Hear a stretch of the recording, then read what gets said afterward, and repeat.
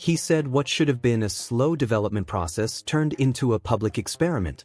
And once those words hit the internet, fans split into two sides immediately. One side said it was harsh, disrespectful, and unfair to target a young athlete still trying to grow. The other side said it was overdue honesty. That's where this story gets serious. Because beneath all the hot takes and social media jokes is a much bigger question. What happens when a player enters the biggest stage before he's fully ready? Does the pressure help him grow faster? Or does it quietly damage everything that was supposed to be built with time? That question is now impossible to ignore. When people first saw the opportunity, it looked like a dream scenario. Historic, emotional, something straight out of a movie script. A legendary father still playing at the highest level. A son entering the league with a chance to share the court. Cameras ready. Headlines guaranteed. History within reach. It felt perfect. Too perfect. Because once the emotion faded and the games actually started, reality began to show up fast. And reality doesn't care about storylines. Everyone thought the noise around this situation was finally dying down. The headlines had slowed, the debates were cooling off, and it looked like the spotlight was beginning to move somewhere else. But then one former player stepped in, said exactly what most people were too nervous to say, and instantly threw gasoline on the fire. Now the entire basketball world is talking again. Because this time, the conversation is no longer just about stats, minutes, or potential. It's about pressure. It's about timing. And most of all, it's about whether one of the biggest names in sports may have created a problem nobody wants to admit exists. The statement was blunt. No sugarcoating. No soft language. No careful media wording. He said the young player looks more comfortable everywhere except where it matters most. He said the confidence disappears the moment the Real lights come on. Reality cares about pace, strength, skill, decision-making, confidence, and whether you can survive when the pressure rises. Reality exposes flaws quickly, especially in professional basketball, where every possession is judged in real time and every weakness gets hunted by players who have spent years mastering the level. That's when people began noticing things they couldn't unsee. The hesitation, the tight body language, the rushed decisions, the moments where the game looked too fast, the expressions after mistakes. Small details at first, then bigger ones. Soon, the conversation changed from celebration to concern. Not everyone said it publicly. Some avoided it. Some protected the story. Some kept repeating patience. But viewers watching closely could feel something was off. There was a difference between the dream everyone wanted to see and the version unfolding on the court. And now, someone finally said it out loud. That's why this story exploded again. Because once one respected voice breaks the silence, others start feeling free to question what they've been seeing the whole time. Was the timeline rushed? Was the spotlight too heavy? Was development sacrificed for a moment that looked good in headlines? Or is this simply what every young player goes through, just under brighter lights than normal? Those are two very different interpretations. If you believe this is normal, then struggles are just part of the journey. Nothing unusual. Mistakes happen. Confidence rises and falls. Growth takes time. Once the emotional headlines faded and the history-making excitement cooled down, people started focusing on the only thing that truly matters in professional basketball. What happens on the court? That's when the conversation became much harder to control. Because storylines can create buzz, but actual games expose reality. And in those moments, fans began noticing a gap between the image everyone was sold and the version showing up during real NBA minutes. The difference wasn't always dramatic at first. Sometimes it was subtle. A delayed pass, a rushed dribble, an open shot that looked hesitant, a defensive rotation half a step late. Moments casual viewers might ignore, but basketball fans notice immediately. Then those small moments started stacking up. And once patterns appear in sports, they become impossible to hide. The biggest issue people kept pointing to was comfort. In lower pressure settings, everything looked smoother. The movement was natural. Decisions came quicker. There was rhythm in the game. Confidence looked real. The body language felt loose, energetic, and free. But when the NBA spotlight hit, the energy often changed. Suddenly the shoulders looked tighter. The pace looked rushed. The decisions looked cautious. Instead of attacking naturally, it sometimes felt like every move was being second-guessed in real time. That matters more than people realize. At the highest level, hesitation is deadly. The NBA doesn't give players time to think through every read. Defenders close faster. Rotations happen quicker. Passing lanes disappear instantly. If a player pauses even for a second, the advantage is gone. That's why confidence and instinct are just as important as skill. And right now, many viewers believe that instinct hasn't fully translated yet. Another issue fans noticed was ball handling under pressure. When defenders picked up aggressively, possessions sometimes became uncomfortable fast. Dribbles got crowded. Passing windows closed. Possessions that should have been simple suddenly turned stressful. That creates a chain reaction. When guards struggle to bring the ball up cleanly, the offense slows down. Teammates lose rhythm. Coaches lose trust. Minutes become harder to earn. And in a league where roster spots are fought over every day, trust is everything. Then there's shooting. Every young player goes through rough stretches, but shooting struggles become magnified when expectations are already high. Missed open looks don't just count as misses. They become evidence for critics and pressure for the player. That's what makes this situation different from a normal rookie adjustment period. Most rookies miss shots quietly. Here, every miss becomes content. Every stat line becomes debate fuel. Every cold stretch becomes a headline. That kind of spotlight can make even simple shots feel heavier. Some viewers also pointed to role confusion. One night, the expectation seems to be ball handling. Another night, it's spacing off the ball. Another night, defensive energy in short minutes. Then sometimes there are barely any minutes at all. That inconsistency creates one of the hardest environments for a young player to grow in. Development needs repetition. Repetition builds confidence. Confidence builds aggression. Aggression creates rhythm. Without consistent reps, players can get stuck in survival mode, just trying not to mess up instead of trying to dominate.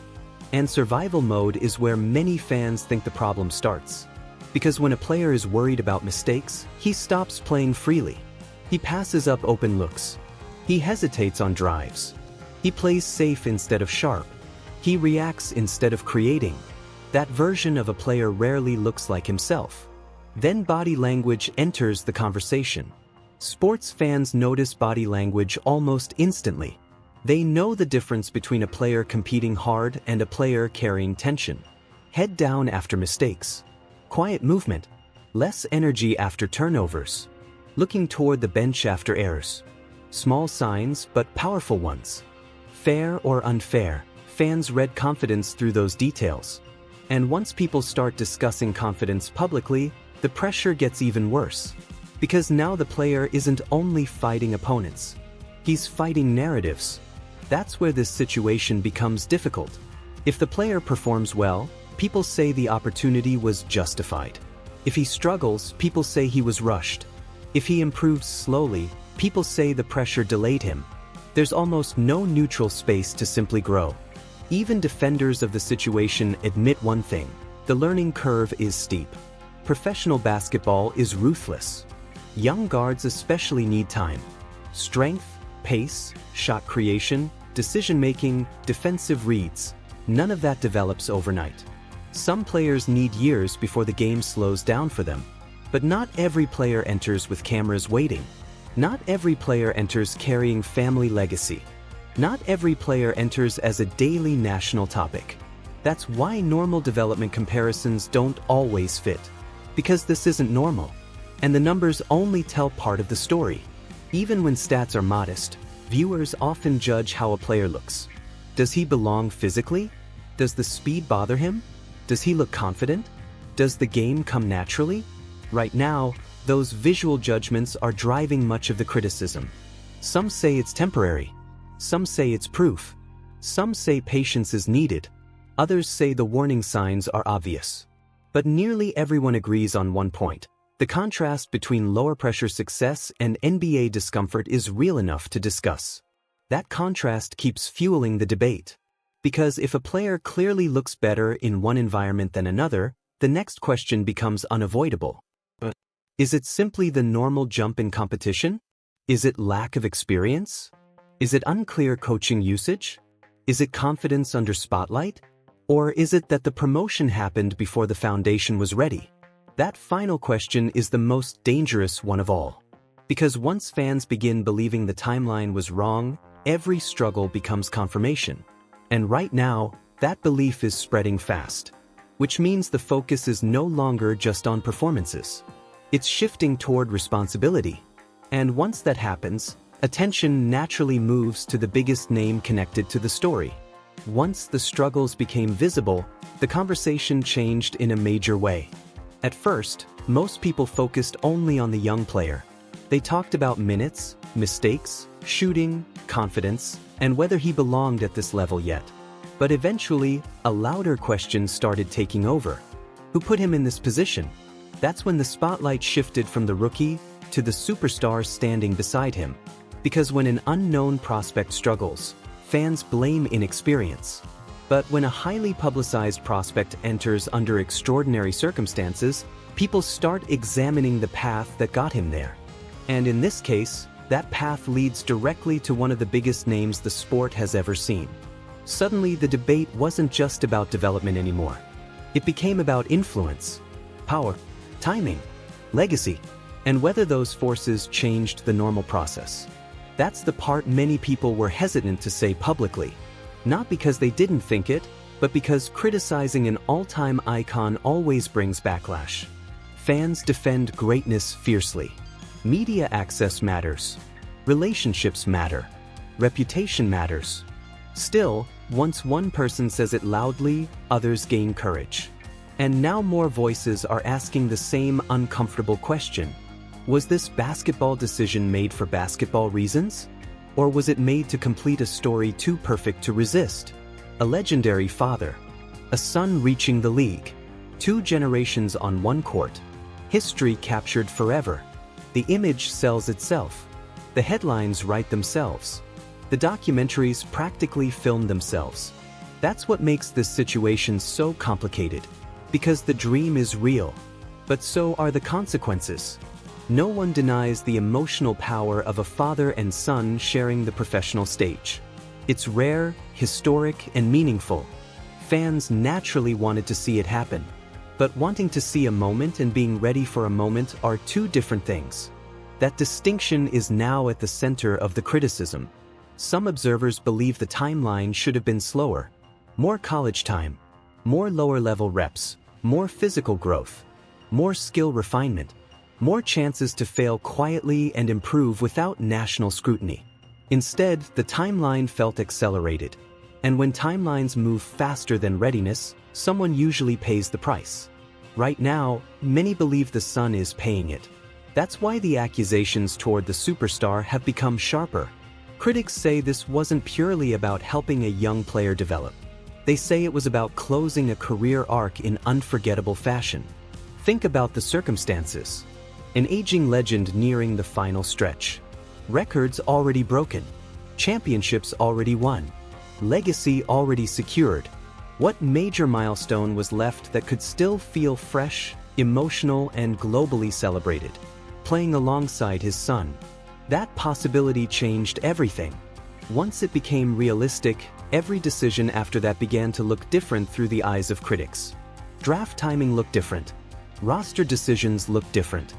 Media treatment looked different. Every shortcut, or perceived shortcut, looked suspicious. And whether fair or unfair, perception drives modern sports conversations. Now some fans believe the rookie didn't just enter the league. They believe he was pulled into a legacy plan. That is a heavy accusation.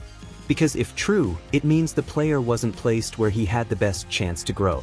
He was placed where the story had the best chance to happen. Those are not always the same destination. Supporters strongly disagree, of course. They argue the young player earned opportunities through work, pedigree, and potential. They say many second-round or fringe prospects receive chances every year. They say criticism is amplified only because of the family name. There is truth in that perspective too. Connections have always existed in sports. Famous names open doors.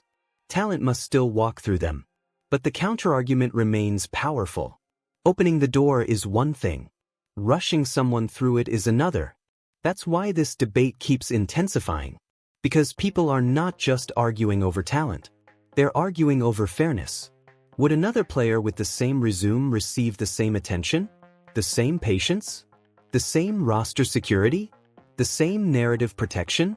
If the answer feels uncertain, resentment grows quickly. Then there's the father-son dynamic itself. Most parents want to protect their children from unnecessary pressure. That instinct is natural. So when critics watch a young player struggle publicly under a spotlight connected to family legacy, they ask whether protection should have come before history. Could more patience have helped? Could less publicity have helped? Could distance from comparisons have helped? Those questions land hard because they are human, not just athletic. This stops being about jump shots and turnovers. It becomes about priorities. Did the veteran star prioritize the son's long-term path? Or prioritize a once-in-a-lifetime image before retirement? Again, no one can know motives with certainty. But motives don't need proof to become narratives. And once a narrative spreads, every news struggle feeds it. A rough shooting night becomes evidence. Bench minutes become evidence. Returns to lower competition become evidence. Frustrated body language becomes evidence. Everything gets interpreted through the same lens, rushed for legacy. That is dangerous because it becomes self-sustaining. Even improvement can be dismissed as too late. Even success can be called manufactured. That's the cost of entering under controversial circumstances. Meanwhile, the superstar himself remains a towering presence. Every interview, every game, every mention keeps the story alive. His greatness magnifies attention, but it also magnifies criticism. That's the paradox of fame. The bigger your platform, the bigger the shadow cast on those beside you. Right now, many believe the sun is trying to grow inside that shadow. And whether deserved or not, the father is now being asked to answer for it. Because when you have power to shape timelines, people hold you responsible for the results. Fairly or unfairly, that's how sports works. So the blame has moved upward. The rookie is no longer the only one being judged. Now the architect of the moment is under scrutiny too. And if the criticism continues, the next stage of this story becomes even more serious. Because once blame turns personal, people stop discussing performance and start discussing damage. Once the debate moved beyond stats and roster decisions, the story entered a much more serious territory. Because missing shots can be fixed, ball handling can improve, defense can be coached, but confidence is different. Confidence is harder to measure, harder to rebuild, and much easier to lose when the spotlight is constant. That's why many people believe the real danger in this situation isn't what shows up in the box score. It's what may be happening internally. Professional basketball is as mental as it is physical. Fans often focus on speed, strength, and skill, but players know the truth. Two athletes can have similar talent, yet the one who trusts his game usually wins. Belief changes everything. It changes how quickly a player shoots, how aggressively he attacks, how calmly he handles mistakes, how strongly he responds after failure. When belief is high, players look free. When belief drops, everything tightens. And that tightening is what many viewers think they're seeing now. The hesitation before open shots. The extra pass instead of the confident drive. The cautious dribble instead of decisive movement. The visible frustration after routine mistakes. Those moments matter because they often signal something deeper than mechanics. They signal pressure.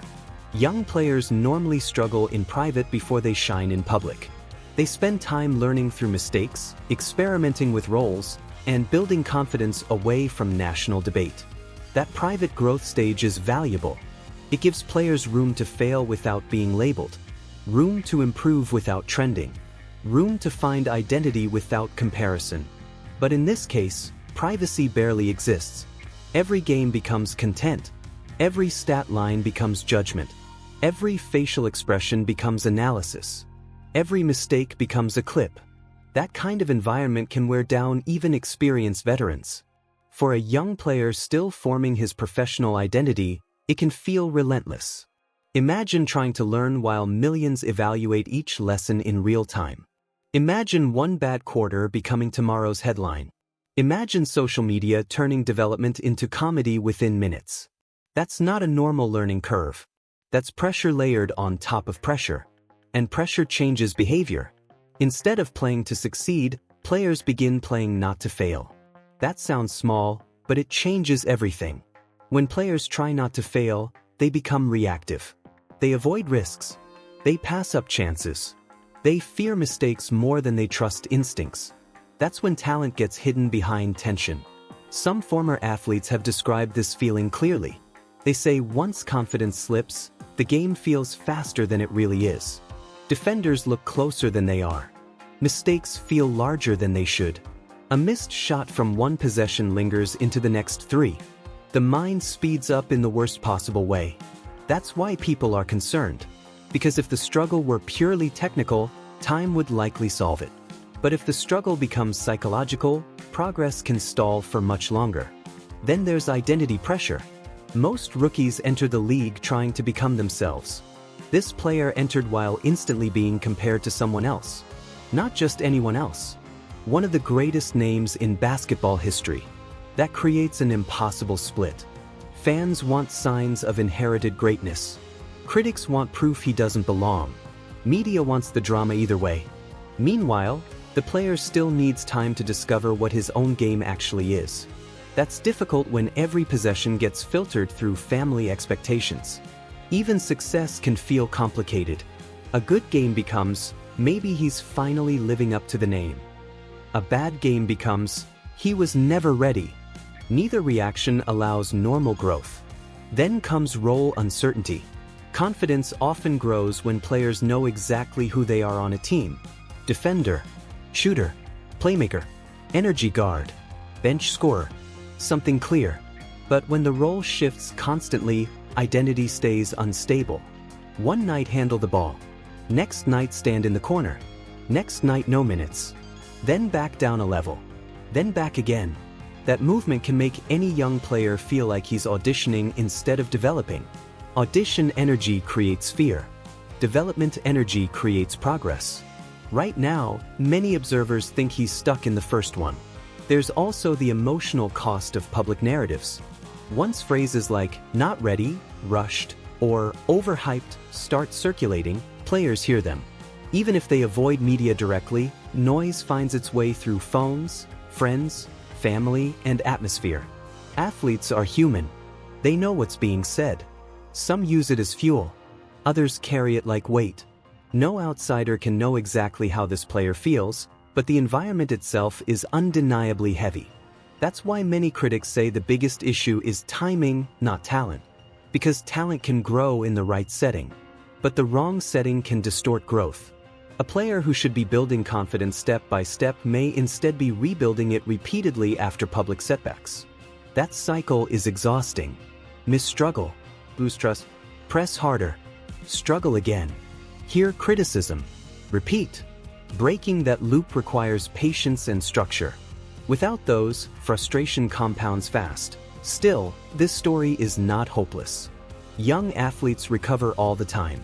Confidence can return suddenly with one strong stretch, one clear role, one coach's trust, one game where rhythm clicks again.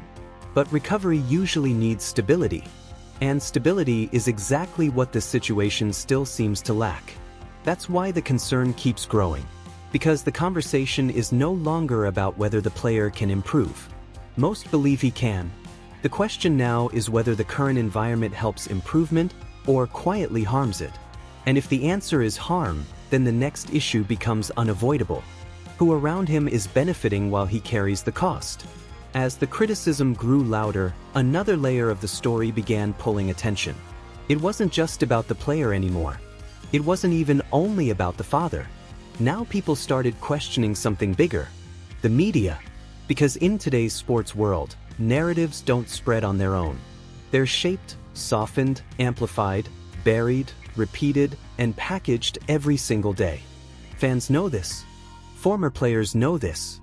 Even active athletes know this. And once enough people sense inconsistency, trust starts to crack. That's exactly what happened here. Many viewers began noticing that coverage around the situation felt different. Careful, controlled, protected. The tone often seemed softer than it would be for almost any other young player facing the same visible struggles. Missed shots were framed as growth moments. Tough performances were labeled patience tests. Awkward stretches became learning experiences instead of criticism. Now, to be fair, development does deserve patience. But fans quickly asked an uncomfortable question. Would every rookie receive this level of grace? For many, the answer felt obvious. And once people believe there's a double standard, the story changes instantly. Because then it's no longer about one player's performance. It becomes about who gets shielded and why. Critics argue that if another late draft rookie looked overwhelmed, the coverage would be brutal. Segments would question roster value. Analysts would mock readiness. Social media would move from jokes to dismissal in hours. But in this case, many outlets seemed hesitant to go all the way there. But that's where conspiracy talk begins. Some say it's simple business. Big names generate ratings. Big families generate clicks. Historic narratives generate endless content. A superstar tied to the story means every related topic carries value. If media companies rely on access, interviews, future opportunities, and audience interest, there is natural incentive to protect relationships. That doesn't require some secret meeting. It only requires human behavior. People protect what benefits them. That idea resonates strongly with viewers because it feels believable. No dramatic hidden agenda. Just soft incentives. That's often more powerful than outright manipulation. Then there's the fear factor. Criticizing ordinary players creates noise. Criticizing icons creates war. Fan bases mobilize. Clips get taken out of context. Online backlash arrives instantly. Suddenly, an analyst discussing basketball becomes the center of a culture fight. Many personalities would rather avoid that completely. So instead of honest harshness, they choose softer language. Still developing. Needs time. Promising flashes. Learning curve. Those phrases may be partially true, but fans notice when they replace sharper truths. And once fans notice, resentment builds. Because audiences don't demand cruelty. They demand consistency. If one player gets ripped for turnovers, then all players should. If one rookie gets labeled unready, then all rookies should. If criticism is fair game for unknown names, it should not disappear around famous ones. That perceived imbalance is what fuels the protection narrative. Some former players have leaned into this idea directly. They argue that media members who built careers around covering greatness often struggle to criticize anything connected to it. Admiration becomes caution. Access becomes softness. Long relationships become selective honesty. Again, impossible to prove universally, but powerful as a public belief. And public belief drives engagement. That's why every gentle segment now gets questioned. Every positive spin gets questioned. Every missing criticism gets questioned. Fans start reading between the lines. What isn't being said becomes as loud as what is. That's dangerous for credibility. Because once viewers believe outlets are hiding truth, even balanced coverage gets dismissed as propaganda. Then another interesting split appears. Independent creators often go harder than mainstream voices. But because they have less to lose. No locker room access. No league relationships. No corporate pressure. No carefully maintained image to protect. That freedom makes them attractive to audiences hungry for blunt honesty. So while traditional coverage may sound measured, independent voices sound raw, emotional, and direct. Guess which version spreads faster online? That's why the criticism cycle keeps growing. The more mainstream coverage sounds careful, the more viewers flock to harsher alternatives. The harsher alternatives then frame themselves as truth tellers. And once someone claims to be exposing hidden reality, audiences listen closely. Even if the truth is more complicated. Meanwhile, the player remains in the center of all this noise. That's the irony. He becomes both the subject of protection and the victim of backlash against that protection. If people think media are shielding him unfairly, frustration often lands on him anyway. So even attempts to defend him can intensify criticism. That creates another impossible environment. Praise gets doubted. Patience gets mocked. Success gets minimized. Struggles get weaponized. Everything becomes distorted through narrative warfare. Some fans now say the healthiest thing would be total honesty. Not cruelty.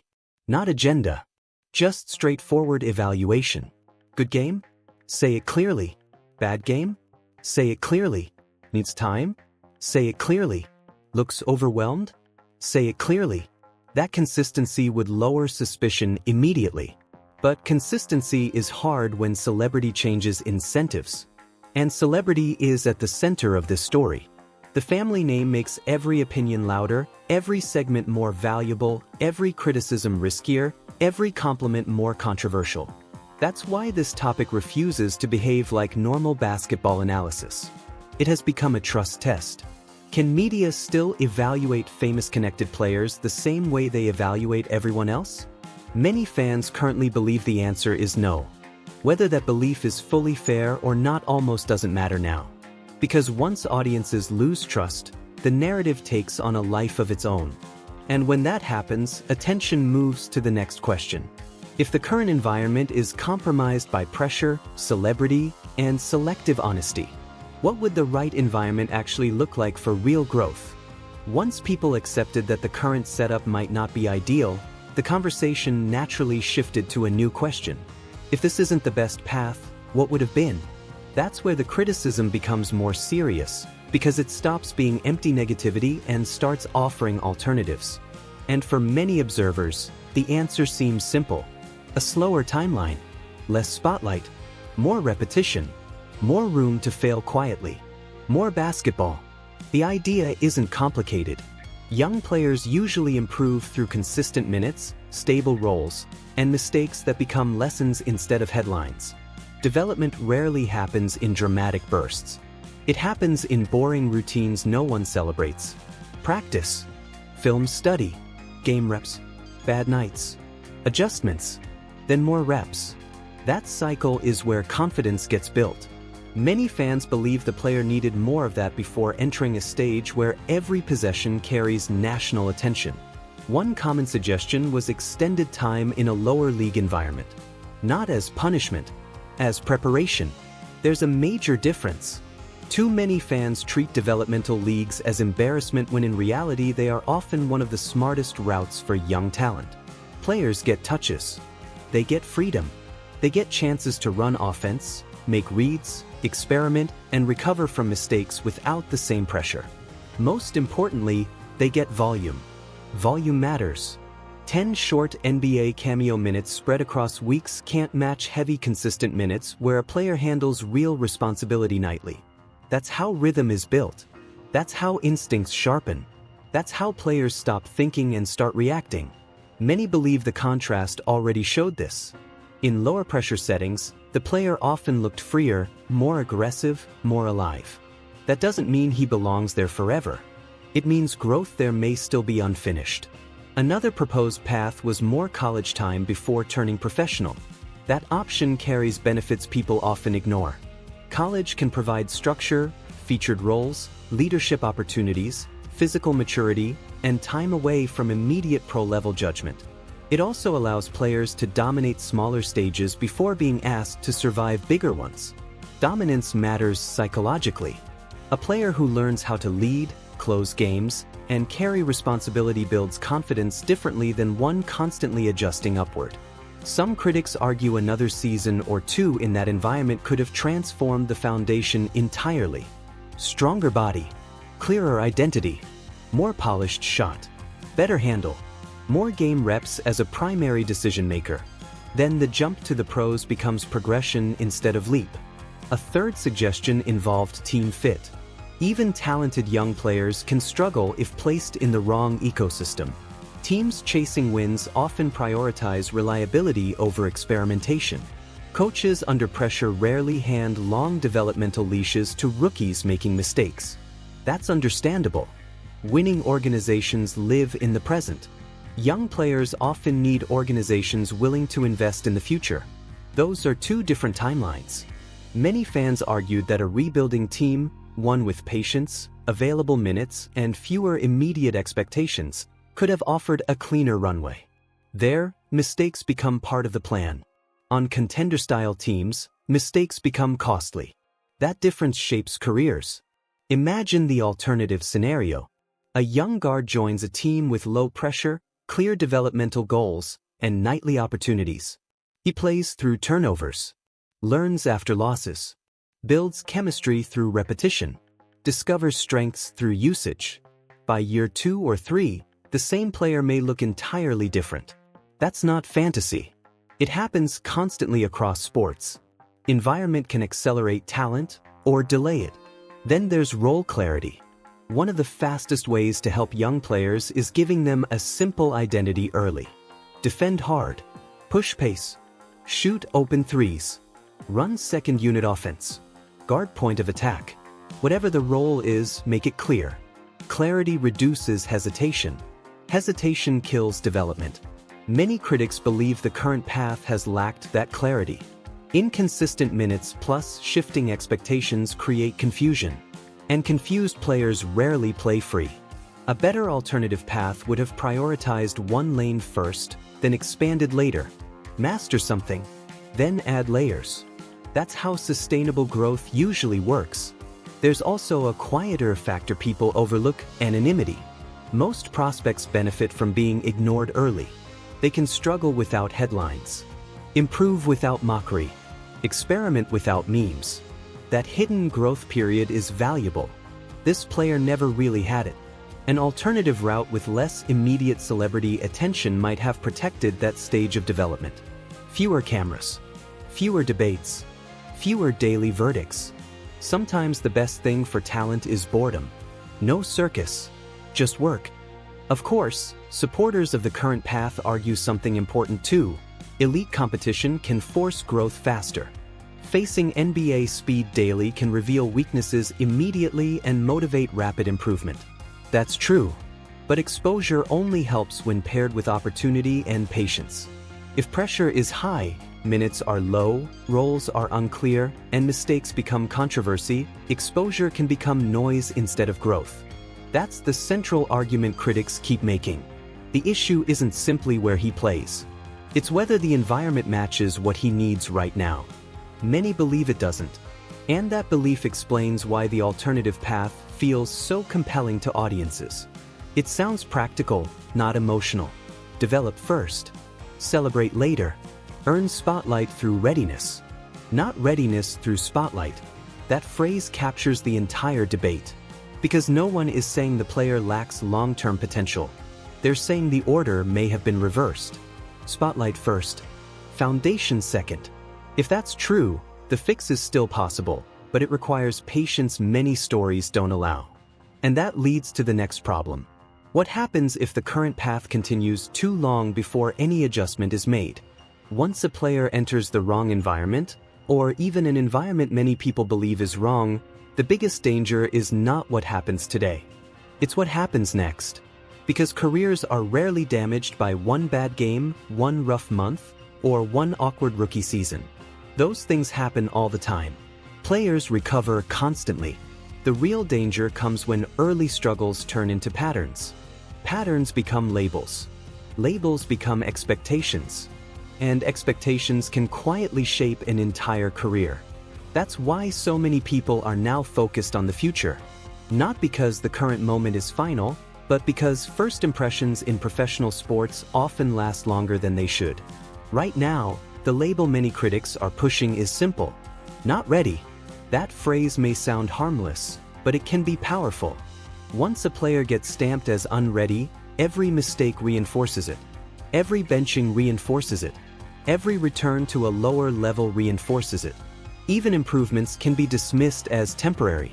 That's how narratives trap athletes. And once trapped, climbing out takes far more than talent. It takes undeniable performance over time. Then there's confidence erosion. Young players usually need early wins, small victories that build belief. A strong stretch of games. A coach trusting them late. A crowd responding positively. A role becoming stable. Those moments matter. They create momentum. Without momentum, development can feel like pushing uphill forever. If the current cycle remains unstable, short minutes, public scrutiny, constant comparison, the player may spend more time trying to recover confidence than actually expanding skill. That delays growth in ways fans often underestimate. A player can improve technically while regressing mentally. That contradiction happens more than people realize. Then comes roster reality. Professional leagues are ruthless with timelines. Organizations may preach patience publicly, but competition never pauses. New draft picks arrive. Free agents appear. Coaches change. Front offices change priorities. If a young player doesn't establish value clearly enough, opportunities shrink fast. That doesn't mean career over. It means margin for error disappears. And once margin disappears, every game feels heavier. That pressure can create even more inconsistency. Another future risk is role boxing. When players struggle early, teams sometimes simplify them into narrow identities. Instead of exploring full upside, they become energy guy, defensive body, depth piece, or development project. Those labels can be useful short-term, but they can also limit imagination. A player who might have grown into more may never receive the reps to prove it. That's why early environment matters so much. The first years often determine whether teams see a prospect as investment or inventory. Then there's the legacy shadow itself. As long as the famous family connection remains central, the player may battle two unfair comparisons at once. If he struggles, critics say he only got there because of the name. If he succeeds moderately, critics say it still isn't enough compared to the name. That creates a moving target no normal rookie faces. Even solid progress may feel underwhelming because expectations were never realistic to begin with. Some athletes use that pressure as fuel. Others burn energy fighting ghosts that shouldn't exist. The next few seasons will reveal which path this becomes. There's also a public memory issue. Fans often remember the arrival more than the evolution. If the entrance felt controversial or shaky, people keep referencing it long after the player improves. We've seen this before across sports. Players make major leaps, yet commentary still starts with old doubts. He was rushed. He looked lost. He never belonged. Those narratives can linger years after reality changes. That means the cost of a messy start can outlast the messy start itself. Still, there is another side to this future. Many great players struggled early. Some looked overwhelmed at first. Some bounced between leagues. Some were doubted publicly. Then the game slowed down. Bodies matured. Confidence clicked. Opportunity aligned. Everything changed. That possibility absolutely exists here too. Young guards especially can make dramatic jumps once experience accumulates. One productive offseason can reshape shooting. One stable coach can reshape trust. One clear role can reshape confidence. One strong month can rewrite public opinion quickly. So the future remains open. But open futures still depend on decisions. If the same instability continues, risks rise. If adjustments happen, potential rises. That's why the next steps matter more than debates. Will the player receive consistent reps somewhere meaningful? Will role clarity finally emerge? Will the environment prioritize development over optics? Will comparisons be reduced enough for identity to form? Those answers determine trajectory more than any viral argument ever could. And then there's one final consequence people rarely mention: love of the game. When basketball becomes pressure, scrutiny, and symbolic burden every day, joy can fade. That's dangerous because joy fuels work ethic, resilience, and creativity. Players who love the process endure setbacks better. Players who feel trapped by the process often struggle longer.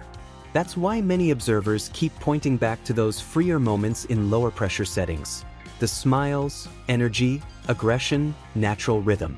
They see a version of the player worth protecting. If that version returns consistently, the future could brighten fast. If it keeps disappearing under heavier lights, concern will only grow. So no, the story is not decided. But the next chapter is critical, because early seasons do more than shape statistics. They shape identity. They shape confidence. They shape reputation. They shape opportunity.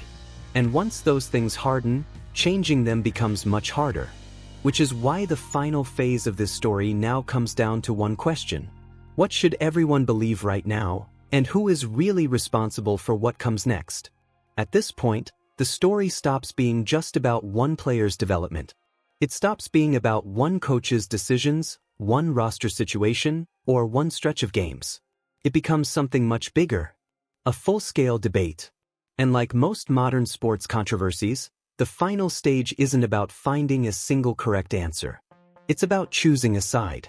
Because no matter how many stats are shown, how many clips are analyzed, or how many opinions are shared, the basketball world remains divided on one core question. Is this a normal development journey happening under pressure, or a rushed situation shaped by legacy expectations? Both sides believe they're right. And both sides have arguments that sound reasonable on the surface. One group looks at the situation and sees a young player going through standard growing pains. They point out that most rookies struggle. They say inconsistency is normal. They argue that adjusting to the NBA takes time, especially for guards, and that early careers are rarely smooth. In their view, the noise is exaggerated. They believe patience is being replaced by overreaction. And they warn that social media is turning normal development into unnecessary drama. From their perspective, the solution is simple: let the process breathe. But the other side sees something very different. They don't just see struggles. They see timing. They see pressure that feels unusual for a developing player.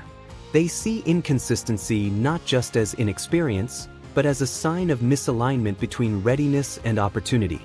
And most importantly, they see a larger storyline influencing decisions that normally take years, not months.